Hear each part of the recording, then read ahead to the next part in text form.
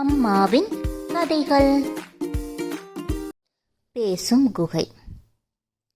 ஒரு காட்டில் சிங்கம் வாழ்ந்துட்டு வந்துச்சு. அது டெய்லி வெளியில் போய் ஏதாவது மிருகத்தை வேட்டையாடி தன்னோட பசியை தீர்த்துட்டு இருந்துச்சு.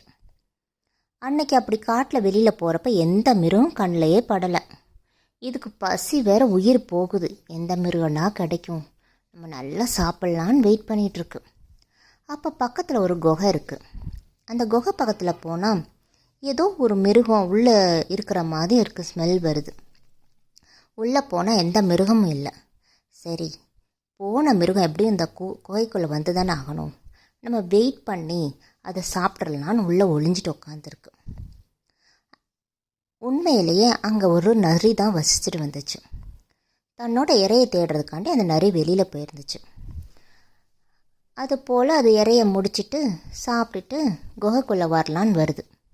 வந்து பார்த்தா வாசலில் ஏதோ ஒரு மிருகம் போன காலச்சு இருக்குது. திரும்பி வந்த காலச்சு இல்லை. அதனால் அதுக்கு என்ன நினைக்கிது, உள்ளே ஏதோ ஒரு மிருகம் போயிருக்கு, இன்னும் வெளியில் வரல அப்படின்றது உறுதி செய்யுது. சரி, நம்ம ஒரு ட்ராமா பண்ணலாம், குகை கூட பேசுகிற குகை மாதிரி நம்ம ஆக்ட் பண்ணலான்னு சொல்லிட்டு நரி என்ன பண்ணுது, குகையே வணக்கம் அப்படின்னு சொல்லுது. ஆனால் குகைக்குள்ளேருந்து சத்தமே வரல. அப்போ நரி சொல்லுது, என்ன குகையே, என் மேலே கோபமா? நான் வணக்கம் சொன்னால் நீயும் திரும்ப வணக்கம் சொல்லுவேல, ஏன் வணக்கம் சொல்லலை, என் மேலே கோபமா அப்படின்னு நினைக்குது.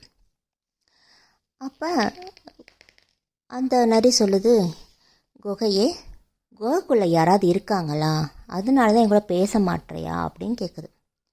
அப்போ உள்ளே இருந்த சிங்கம் என்ன நினைக்கிது, நம்ம பேசாமல் இருந்தோன்னா இவன் வரமாட்டான் உள்ள, ஒருவேளை குகை வந்து நம்மளை பார்த்து பயந்துருச்சு போல், அதுதான் குகை பேச மாட்டேங்குது போல், இது பேசுகிற குகை போல் அப்படின்னு சொல்லிட்டு உள்ளே இருந்த சிங்கம் என்ன சொல்லுது, வணக்கம், உள்ளே யாரும் இல்லை, நீ உள்ளே வா அப்படின்னு சொல்லுது. இதை கேட்ட நரிக்கு கன்ஃபார்ம் ஆயிடுச்சு, உள்ளே சிங்கம் இருக்குது, நம்ம உள்ளே போகக்கூடாது, உள்ளே போனால் நம்ம மாட்டிக்குவோன்னு சொல்லிட்டு இது என்ன பண்ணுது, ஒரே ஓட்டமாக ஓடிடுது. ஆனால் சிங்கம் என்ன நினைக்கிது, இது உள்ளே வந்துடும், வெயிட் பண்ணி இதை சாப்பிட்லான்னு அது உள்ளே உட்காந்துருக்கு.